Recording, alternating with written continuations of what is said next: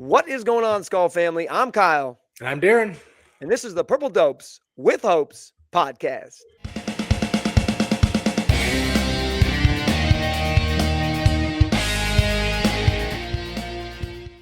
Darin, are we like Christmas Eve for the Minnesota Vikings right now? We're so close. Less than a week. I don't even know what we call this right now. Like the NFL draft is upon us.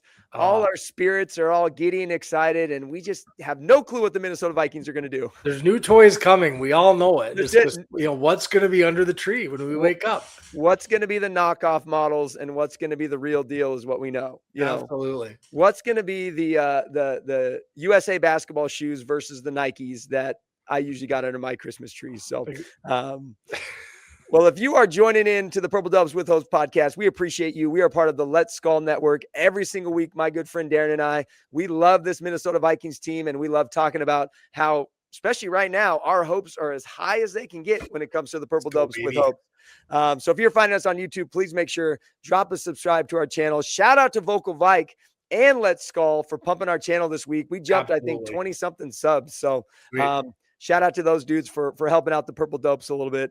And then, of course, if you're listening on any of the podcast platforms, Apple, Amazon, Spotify, iHeartRadio, please make sure you rate and review the podcast of the Purple Dopes with Hopes. Doesn't have to be a 5.0, as we said last week with Coda, right? If you're not a fan of it, drop it, but make sure you let us know. That's what I tell my students. As a teacher, I say, look, if you're going to rate it bad, you better tell me why it's bad. So, but we do appreciate the 5.0s, of course, and then any reviews that you guys want to drop. So, Darin, I looked up on Google Gemini, which Google Gemini, not a sponsor of the show. However, we will take. They would like to be, that we would welcome them. And they said that the Minnesota Vikings' current draft spot is meh. That's what it said. They're in a meh draft spot right now at pick number 18, which I don't know. I mean, I couldn't disagree more. I like that spot. Maybe AI knows something we don't know, but let's talk a little bit before we get into what we'd like to see the Minnesota Vikings do with that 18th pick. Like, where are you at as far as the top priorities coming into the draft this week for the Minnesota Vikings? Yeah, I mean, safety is the obvious need. We're all hoping Harry comes back, but even if he does, nice to have that heir apparent. So safety is the obvious one. Defensive line, you lose Allen and Hargrave. The depth there is low. Yeah. And then I'm just hearing more and more like offensive tackle might be the need because Darisaw, we're unsure of what his future looks like. Yeah. So I'd say offensive line, defensive line, and secondary. And I'm going to go safety because Brian Flores doesn't draft cornerbacks. So that's a fair point. I know that there's been a lot of cornerback talk when it comes to the Vikings, and I don't know if that's the first round move. And maybe some of us have like that PTSD from our past cornerback picks, dating back to, I don't know, maybe Trey Waynes in 2015. At least Trey Waynes was a starter for that's true. 5 years. Like, did he give us 5 years? Maybe it was 4. I don't know. But anyways, I know he went to Cincinnati and then was forgotten after that. I would take a Trey Waynes level contribution from our first round pick this year. That's fair. That's fair. Yeah. But no, who's the guy after the miracle year? Mike Hughes. Oh, Mike Hughes. Yes. Mike Hughes had the pick 6 to start his first, and then it just fell apart after that. Oh, I forgot about Mike Hughes. Shout out to Mike Hughes, wherever you are in this world. He was with the Lions for a little bit, but I don't know if he's around the league. Played against him last year. I don't remember who he played for, but yeah. I do remember hearing his name, but he did have a little run with the Lions there. So, all right. So you're saying safety probably is the go-to move when it comes to the first round? In terms of need. Now, gotcha. I'm full up best player available. Shout out Jason Harmon. I've loved the content he's been putting out all week. Just showing what happens when you take the best player available. Yeah, no doubt. Randy Moss didn't need a wideout. He had Carter and Reed. He didn't need a wideout. Took him anyway. Yeah. Adrian Peterson just signed Chester Taylor, ran for 1,200 yards. Took Adrian anyway. Look what happened. Like, for sure. You take the best guy available, good things will happen. So, that's for sure. Again, if I think his name's Kenyon Sadiq from Oregon. Yeah. Man, if that guy's there, I think you take him. Do we need tight end? No. But man, that guy could be a Could be a game changer. Oh, I found it here. Yeah, I put a couple notes down about him because I know that's the Vikings did bring him in on like a top 30 visit. Yep. I think last week they brought him in. And man, looking at that guy's skill set, I mean, he's a 4.39 40 speed. The guy can fly. I mean, yes, he's a tight end, but let's be real. He's got wide receiver speed. I'm kind of with you on that as I've been looking more and more at Sadiq. I mean, if he's around, why not? We know Hawkinson isn't the long-term answer. If he gives us another great season or season or two, awesome.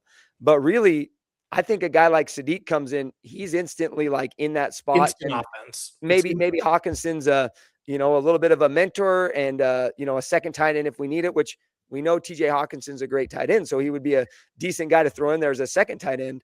But I don't know that Sadiq has really got me thinking. Addison, Jefferson, trips on one side, like pick your poison, man. That's crazy. Yeah, crazy.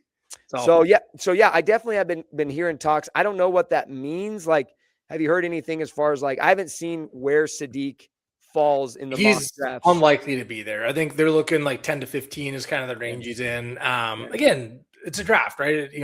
Players are going to fall, players are going to rise. You don't know until the night of. So again, I think we're in a really interesting spot, and that's where again I disagree with Gemini that it's a meh. I think it's interesting because a lot could happen. Yeah. Again, I'm okay with a trade back. Yeah. With requisite compensation. You saying trade back? Like, yes. If they decide to trade back, but they get actual compensation for sure. I'm not talking trading back from 12 to 32 and getting like a second round pick swap in return. Right? Yeah. Like that, we don't need to pull a Quasi on this, but if like someone wants to trade up and we get like an extra first and maybe a second, I mean, you can't say no to that. No, that's not going to be a trade that someone offers at 18, but for sure, you get my point. Like if someone makes a trade that's too good to say no, then go ahead. See, and I'm kind of in my heart a little bit. I'm hoping the Vikings, if they recognize that there's an opportunity to get a game changer like Sadiq or a guy like Jeremiah Love. I mean, if Jeremiah Love is still in the late, top 10 picks, I know that I saw something today. Who was talking about it? Vikings Today was talking about it on YouTube that the Kansas City Chiefs are the pick number 9 right now. Yep. And they obviously don't need a running back. And if Love is sitting there going into the 9th pick, is that an opportunity for the Minnesota Vikings to move up to get, a true game-changing running back like Jeremiah Love? I don't know. Like you said, it would depend on what we're having to swap with them in order to get up to that spot. Yeah, I mean, I'm obviously pro getting a guy like Jeremiah Love. Yeah. I think the hard thing for me is running back is not a blue chip position right now. Yeah. Granted, like you get a blue chip running back, it pays dividends. I get that. I just have a hard time if like for us to go from 18 to 9. Yeah. You're probably giving up next year's first. Yeah, that's fair. That's a fair point. Especially if they're dangling a talent like Love out there for sure. Yeah. So I think it's hard to swallow that pill if you're moving up that much. So again, we can blame the end of the year wins on that, but we are where we are now. And well, we're not going to be too upset with, finishing on 5-game winning streaks. So it is what it is. I think, as far as, biggest needs go, obviously I think the defensive side of the ball, has got to be the priority right now based on kind of what we have. But I do think it's interesting when you bring up the offensive line because, last year going into the draft, our offensive line, other than Jackson, who we drafted, was we were super excited about it. We were rock solid. Yep. Spent a bunch of money in free agency. Like we were ready to go. Donovan Jackson, right? Yep. Yeah. But now we're sitting here. I think, we do have a hole to fill at center. I don't know that we want to spend a first-round pick on a center because Definitely I think, doing kind of the legwork and the research, there's a lot of good center options that I think we can get in later rounds. Everything I'm hearing is this is a deep center draft where you could get a day 1 starter in like the 3rd or 4th round. For sure. Yeah. So you might get maybe even a day 3 starter. Yeah. And center tends to be one of those positions. Like you look at Jason Kelsey, I think he was drafted in like the 6th or 7th round. For sure. Like you can get guys. So I'd be fine if they took 2, to be honest. Yeah, that's a good point. And we do have the ability to do that.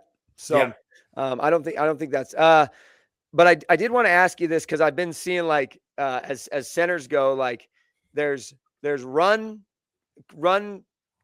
good run strong centers, Yep. and there's pass strong centers. Pass. My thought was like, what's the easier transition, to become a pass blocking center as a good run, or a run blocking center to be, you know what I'm saying? Like, what's the easier move to make? I think just we can say what we want about KOC, the play calling, the lack of runs. Yeah. That's just our reality. So we need a guy that can pass block. We need a guy that can be able to snap the ball and get into a pass block instantly. So for sure. But do you think it's easier for a guy to transition from a run blocker to a pass blocker, or a pass blocker to a run blocker? I don't know, man. I didn't play line, so it's hard. One way, half dozen the other. Like, you know, yeah, I mean, it feels like it'd be going from run to pass, but I don't know why I think that. Knowing nothing about it, it's more of a blind guess. I don't know. I mean, shoot, man, I've 155 pounds senior in high school. So it's like, I was definitely not on the offensive line. So I don't know anything about the skill sets needed. I did play offensive line in my first year of Pee Wee football, though. So that you did. I peaked early. So just that pulling left guard. Everyone played offensive line in Pee Wee football. Yeah. I remember there's like a rule with like the biggest kids. Like if you weigh over a certain weight, that you have to play offensive line. You couldn't play running back because no one can tackle you. Yeah. So like the fastest kid on the field is also the biggest kid, so he has to play offensive line for sure. Well, I think the name that has been kind of rolling around for the Minnesota Vikings is Dylan Thieneman out of Oregon. Yep. He's a safety. I think his combine really kind of boosted people's view and thoughts on him. I don't know that there's a lot of tape out there that makes me think, this guy is the guy for the Minnesota Vikings, but his combine really showed he's a unique skill set, super talented, super athletic. What are your thoughts right now if you hear Dylan Thieneman's name called as the 18th pick for the Vikings? Satisfied. I mean, like, I'm not jumping out of my chair whooping it up like it's, when we drafted Randy Moss, but I'm pretty happy. Like, it's a position of need. He would fit, again, depending how the board's shaping up, I think he likely fits best player available at that point. For sure. Yeah. And honestly, though, I've heard, and again, it's the week before the draft, rumors are flying. Yeah. But everywhere. He might not be there either, right? Like he kind of showed out at the combine, and his numbers are good. So if someone's looking for a safety, obviously Caleb Downs is likely to be the first off the board, probably in the top 10. But if someone else is looking for a safety, I could see him grabbing them. And then I think Emmanuel McNeil Warren is the Toledo 50. Yeah. He's kind of the hard hitter. I think like the Cam Chancellor comp is kind of what I'm hearing there. Oh, nice. Yeah. I'm going to say no to adding, a Cam Chancellor to our team. Sure. The hard thing there is like, that's not really how the NFL rolls anymore. It's more of especially defensively, it's more of a finesse game. Like the hard hits are still cool to see, but you're generally getting 15 yards if it's a big enough hit. Absolutely. That's a guy that can cover, kind of get from, right field to left field pretty quickly there on the field. Yeah. So Thieneman kind of checks that box. So he'd be my preferred. But it sounds like McNeil Warren, again, I hope that's his name, but I believe he's a first round grade as well. So if we went that route, I'd live with it. Again, it's hard because you want a sexy pick where you're like, I can't believe we got that guy. So exactly. You want this? I want like Kenyon Sadiq. It's like, okay, like I'd be psyched if we got him, but I think coming off this past season where, our hopes were so high leading into it to kind of get the sales brought out, it would be pretty exciting for us if we did sneak the gem of the first round there at pick number 18. It would be cool. That would be pretty sweet. Unfortunately, the Vikings in the history at pick number 18 haven't exactly stolen any gems here. Oh, no. So 1994, the Vikings picked Dwayne Washington, who was a defensive back. I mean, I don't know if you remember him. I remember Dwayne Washington. I remember a couple of pick sixes out of Dwayne Washington. I had a couple Dwayne Washington rookie cards. So, I mean, I'm okay with it. I don't think he was a bust. Like, no, definitely. And then 2005, Erasmus James. That's a bust. Yeah, so probably not the one we want to talk about a little bit too 2005. much. That would have been the Troy Williamson year too. So that was a rough draft for the Vikings all around in the first round. Yikes. Troy Williamson at pick number 7, mind Yep. you. Oh Oh, man.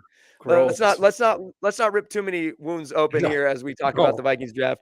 And then in 2019, they did take Garrett Bradbury as the center there. So Which, again, I'm not calling Bradbury a bust, but just very undersized his entire career. Sure. Now he's back in the division with Chicago, and yeah, it was interesting. Everyone was talking about how great a year he had with New England, but his PFF grade was terribly low. Yeah. So clearly, like, it's just same old guy. Again, I'm not gonna. Yeah. I think he's a little bit below average, but I think some of that had to do with the fact that Drake May was a quarterback that didn't just sit in the pocket, like a Kirk Cousins did. I mean, he was a mobile guy that could get away from things and make plays happen. But actually, let's stay on Bradbury for a minute on that draft. Again, the need was center, and he took your need. And it just, to me, it's like, one, I don't think you draft a center in the first round ever, unless you know they're going to be the next Jason Kelce, which you never know that for sure. Because the next Jason Kelce is going to be in the 4th or 5th round. We know that. Exactly. Yeah. So best player available. Like, I'm going to say that. Like, there's not a need we have, a glaring need where it's like you got to take the best safety or corner or whoever. Yeah. Best player, no matter what. For sure. Yeah, and I think, you and I both agree on that. Like, when it comes to the board, like, we want to see the best player come off the board for the Minnesota Vikings. If that's Sadiq, let's go get him. If that's a Thieneman, I'm with you. Like, I saw some funny videos. Skull Cole, shout out Skull Cole. He made a funny video of like how Vikings fans convince themselves that it's the right pick for their team. So he's been going through some of the past Vikings picks. I think he just did Christian Ponder, where he like he's watched, he replays the draft, and then he's a Vikings fan and he's convincing himself that it's the right pick for the team.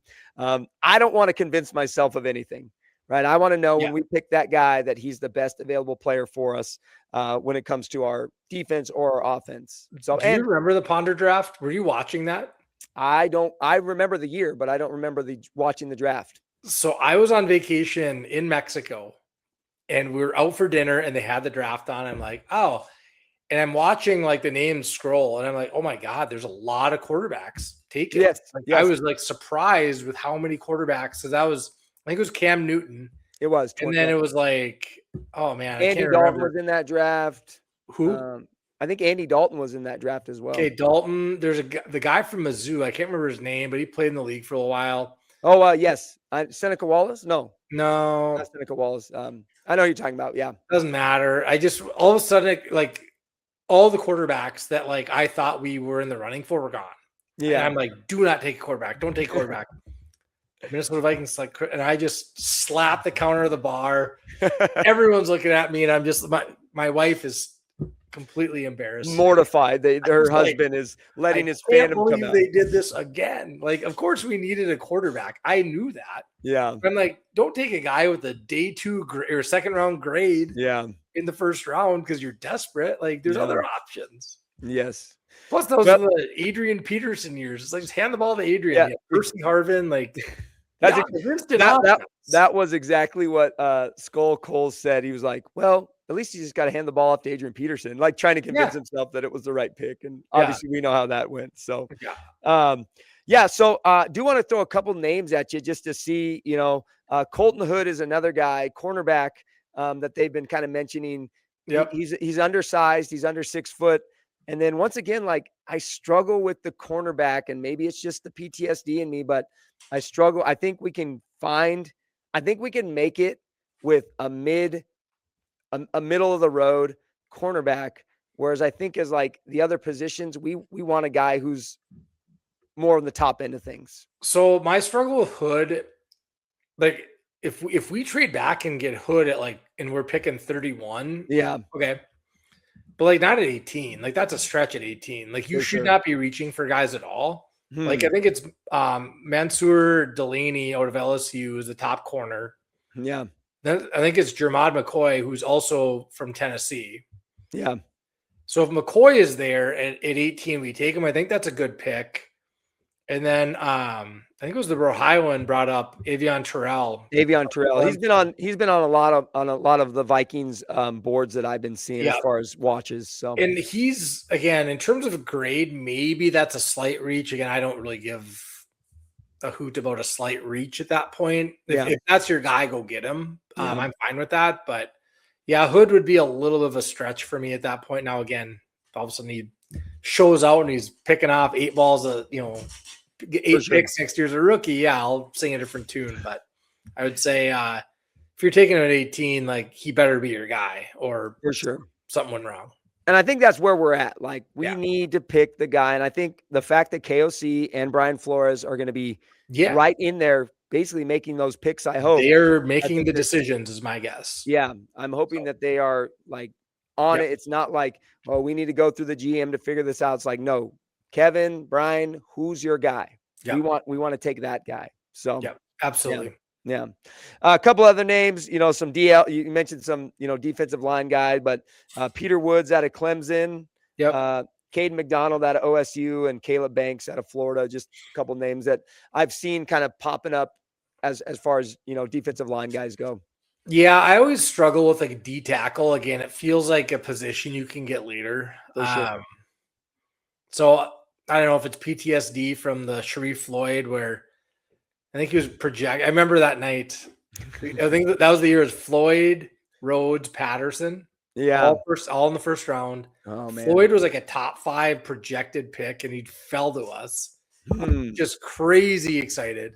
Yeah. And then he ended up with all those injuries. Like, when he played, he was amazing. He just had all those injuries. So maybe it's PTSD from that, but I don't know. D tackle at 18 feels like a stretch when it's not like Ndamukong Suh, right? Like, that's a guy you got to take, right? But when there's other players that you feel like, hey, we could probably get the same caliber of player later in the draft. Or but again, I wouldn't complain necessarily. Again, like, that's more of a pick where it's like, okay, let's see how they do. Like, I'll trust the process for Flores and KOC. So, if they take a D tackle, then clearly they saw something. So for sure. Have you thought about, like, the running back position at all? Is that a spot? I mean, let's say Love is not going to happen. Have you thought about the fact that we do draft a running back with having Mason and Jones already there? So it's funny because I think the top 2 running backs on the board are both out of Notre Dame. Yeah, that's another Jadarian Price. Jadarian Price, yep. Yeah. I wouldn't want him at 18, but if he's there in the second, okay. I'm good with that. But I think it's Jonah Coleman out of Washington is the one that has me excited on day 2, where, like, if you get him, he's pretty small. I think he's like 5'8", 5'9", but man, he's fast. He catches the ball out of the backfield. I just think he would fit in the offense. And that's the one for me that's exciting if you get him on day 2. So for sure.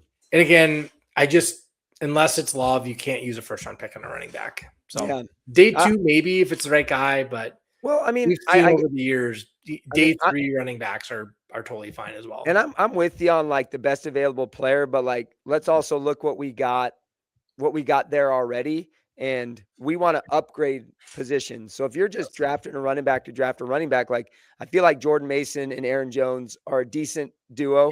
That they can makeshift you to what we need, especially knowing what we know about KOC's offense, that running back, he's not going to draft a guy and then all of a sudden be like, all right, we're running the ball 40 times the game. Like, that's just not who Kevin O'Connell is. No. Love him or hate him, which we love him. That's just who he is. He's always going to err on the pass first, or, like, I think they call him, like, I don't know, like, when they're a swing pass, he calls them, like, run. They're almost like a run hybrid, where it's basically you're passing to run. Yes, you're passing to run. So I think that's just going to be who he is. And, we don't need to go out and get a guy, because we already have 2 guys that are capable of handling that and doing that we saw last year. Yep, 100%. And again, I'm fine not blowing up the running back room per se, but again, I mean, if Love's there, you're going to take him. But for sure, a day 2 guy like Jonah Coleman, right in our wheelhouse, I'd be pretty psyched if that's where we walk away day 2 with a guy like that. Yeah, I mean, I think the only spot probably that we don't need anyone is the wide receiver spot. That being said, man, we didn't need Randy Moss when we drafted him. You're right. You're right. Okay, I take that back. I do take that back because I do think, we do have a wide receiver 3 spot that, we could use a guy maybe that still haven't. It's unfilled right now, Yeah. and I've seen a couple mocks. I don't know how realistic this is in terms of first round grade. Jordan Tyson, I think his name's Jordan, but last name's Tyson. I know, out of Arizona State. Okay. Guy's a dude for sure, and if we got him, I would be pretty psyched. I mean, Tyson, Addison, Jefferson. Yeah. Let's play. So if that's the route they want to go, again, it gives them options, because I know we're a little unsure with Addison. Like, the talent's obviously there. The off the field stuff's kind of gotten in the way a little bit. Yeah. Obviously, it's nice having him coming in. He's going to play the whole year, at least. Knock on wood currently. So and it's a prove it year for him, which I think it's already out there that the hope is to pick up that 5th year, but like, you got to prove it to us. Year 4? This is year 4, right? So what I'm saying, the 5th year extension. Yeah. So, I think this is definitely a prove it year for him. So I'd like to see him come out and show out, whether it's Tyler. But if you were to draft a wideout, it gives you options even going into training camp, where maybe someone's needing a wideout and gives you a chance to, maybe you like what you see from the rookie and you say, all right, Addison, like, we can get a 1st or a 2nd for you, and we're going to take it. So that's a really good point. Yeah. One guy that I kind of caught on my radar for just kind of the sleeper center pick, Jake Slaughter out of Florida. What I've been reading is like, he is starter ready. And the thing I like about him is he's a little bit older. He's 24. Yep. Yes, he is. So the fact that he's got that age on him, he is a run strong center is what they said about him. Yeah. But I do like that drafting. I do like drafting the older, kind of more mature linemen, just based on the fact that, you're, like you've said, you're getting a guy who can come in, not 22 years old, who's unable to figure things out, having a hard time keeping his head on. Like, you get a 24 number 1 on the board related, like, for centers right now too. So I'm kind of curious, like, where he would fall in terms of draft picks. So, like, clearly not like a first round pick, but is he 2nd, or is it like? So that's where again, I think maybe if they have him like as like a 2nd round grade, and like he's sitting there in the 3rd when they're picking. Sure. Yeah.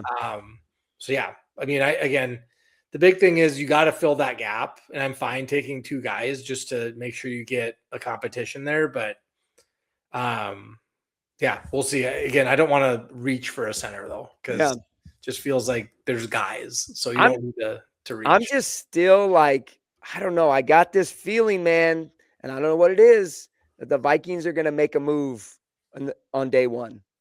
And up or down? You think they're going up? I think they're going up. And I got this feeling that they're going to move up. So Purple Dubs fans, you heard it here first.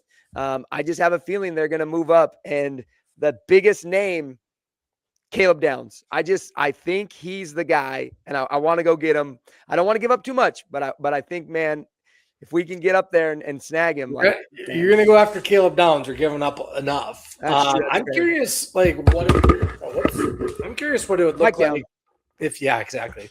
If you went. So let's say Caleb Downs is there at 10. Yeah. You got the Bengals picking at 10. We also actually need a safety, but let's say you trade up, swap picks, plus Grenard. Does that do it, do you think? See, and that's the name that keeps going in the back of my mind is Jonathan Grenard. Like, honestly, we have heard nothing. Yep. And so either there's something in the works, or they're going to sign him and we're going to give him more money. I mean, it makes sense though, right? Because like trades happen either, it feels like right away in free agency or in the draft. Yep. So it makes sense that we haven't heard anything in the last like few weeks because there's nothing going on. Yeah. And I would expect that chatter to pick up here over the next week. For sure. Then, again, I'm a Grenard guy. So if we keep him, like, thrilled. Yeah. But I get he wants more money. Cap for us right now is kind of an issue. So if you trade him and you're able to, jump up and get like top safety in the draft, like, for sure. If we get Caleb Downs, man, I'd be pretty psyched about that. Yeah. I mean, he's honestly, that's what I keep in the back of my mind. I think that's a big chip I don't know who's in need or who would be talking, but I mean, the dude is a proven guy in the NFL. And so at the end of the day, man, but we got to get it. As long as what you're trading up for works out, doesn't matter. Yeah. It doesn't matter. Like, you trade up to get the right guy. Like, so you trade up and you get a Hall of Famer. And I'm not saying I'm guaranteeing that of Caleb Downs.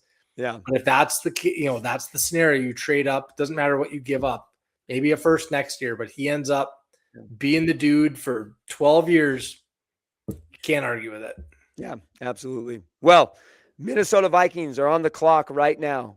Darin, you are in charge of the pick. Let's say everything goes as planned. What do you think the Minnesota Vikings are going to do at 18?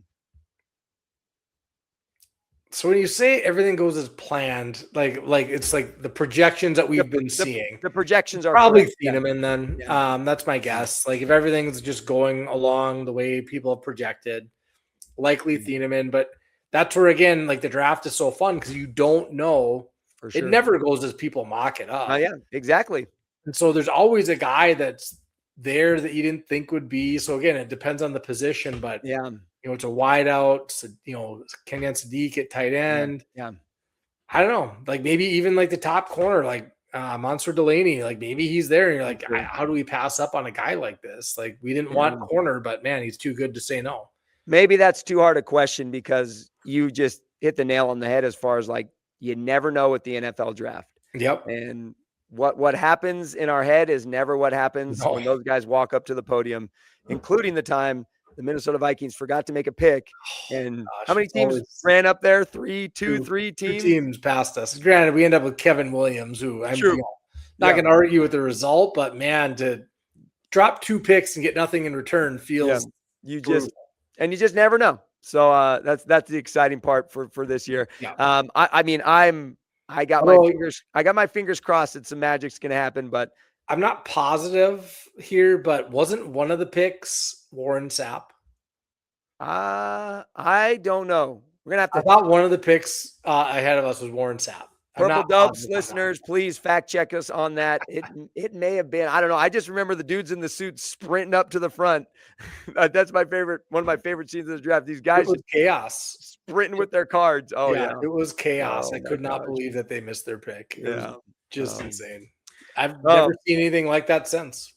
Well, here's a little fun question for you. As you think about your Vikings fandom, because we are fanalists, right? We don't get any sort of kudos from any sort of major networks. We don't collect any checks. Like, we just love doing this because we love the Vikings. As you think back to your Vikings fandom, like, who was that first pick that you remember the Vikings drafting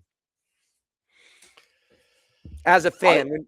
Probably Moss. That was the one that's really stuck with me. I'm trying to think if there's any other draft before then where I was excited, but I don't think there was. I think it was Randy Moss was the first one, and then every draft after that I've been just dialed in because. Oh, right on. And part of it was like, my brother's, like, every time like his highlights would come on, because this was pre-YouTube, right? So all of a sudden Sports Center's on and my brother's calling me. He's like, watch this guy. And then we're psyched. Yeah. And then he falls and we get him, and the rest is history, obviously. So Randy Moss definitely for me, probably the first draft pick that was like, oh my gosh, like, this is insane. So for me, like, I would say yes, getting Randy Moss getting Randy Moss, was it? But like, I was a card collector in the mid 90s. Okay. So I would, pay attention. Minnesota Vikings have been my favorite team since the early 90s. And the Vikings drafted this guy, Dwayne Clemens. Don't even know if you remember him. He was a defensive name, He was a defensive guy out of Cal. Yep. And he was in the first round, the 16th overall pick.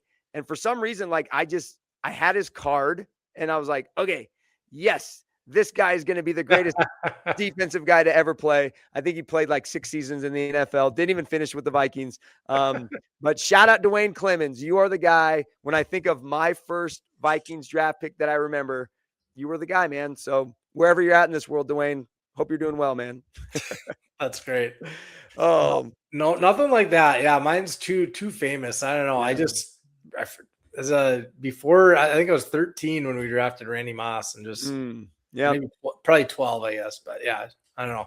Well, as always, let's bring it home with some Purple Dub hopes, brought to you by 612Tees.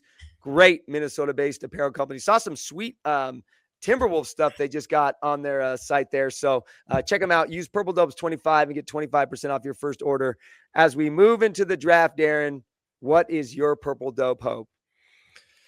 My hope is just like we've been talking about, honestly, for the last few months, like KOC is going to get the guys that he wants. Yep. And I'm not saying he did or didn't previously. There's nothing's come out about who made the picks, who made whatever. Doesn't matter. We know this is KOC's draft. And I trust KOC as a coach to know what he needs on the team. Yeah. And so I think we're going to get 3 of 4 players are going to be starters. And I think that 4 of 4 guys are going to be players. Yep. And I'm feeling good about our first 2 days of the draft here. First, second, third round. For sure. I mean, that is my Purple Dub hope right there. I want to bring in 2, 3, 4 guys that are starting for the Minnesota Vikings next season. Yes. I want to draft guys that are going to come ready to play, that we can put them out there, and they're going to be starters. I mean, I think that's the big hope for us right now, especially coming off the rough stretch that we've had. I think, in the football god worlds, we are due for a good draft. Yeah. So that's my Purple Dub hope this week. So maybe think back. I saw on X today. God, I think it was a 2015 draft. It's Trey Waynes, which I know but Trey Waynes was a starter. He was solid. No, for sure. Yeah. Kendricks. Yep. Daniil Hunter, I think, was like a 4th round pick. Yep. Stephon Diggs in the 5th. Yep. That's the kind of draft we need. Did you know what quarterback they drafted that year? I do not. Taylor Heineke. I mean, the guy started a playoff game. Not for us, but. So, yep. No, I'm with you, man. 2015, I remember, obviously, I collect football cards, and 2015 was a big year for me to collect. And so I remember a lot of those Vikings rookies, and it's like, this was a great year. That's the kind of draft we need, man. I mean, 2014, wasn't a bad year as well for us. We got Anthony Barr that year. We drafted Teddy Bridgewater that year. So, but let's make it a 2015. My issue with 2014, honestly, Barr was fine. He was a fine player for us. Again, I would take a draft pick who has that kind of longevity with the team, that kind of talent. Sure. Absolutely. Instead of drafting Aaron Donald, we took Anthony Barr. That's fair. The real need that year was D tackle. Yeah. That was the need of our first round D tackle. No. That was the hard thing. But who knew? So exactly. I mean, and that's the beauty of the draft. Like, who knows what's going to happen? We just hope that the Minnesota Vikings draft some guys that are really, really going to be some players and make some waves next season for us. Absolutely. Yes. So, well, if you've been watching along, we appreciate you. Please make sure you subscribe to the YouTube channel, Purple Dopes with Hopes podcast, as well as rate and review us on any of the podcast platforms.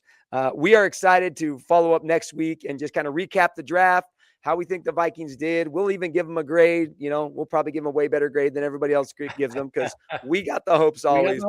We got the hopes. So thank you so much for following along and tuning in. And we'll check you guys next week as we tune in post NFL draft with our takes and thoughts. Always remember, Vikings fans, we skull, you skull, we all skull together. See you guys next week. Skull.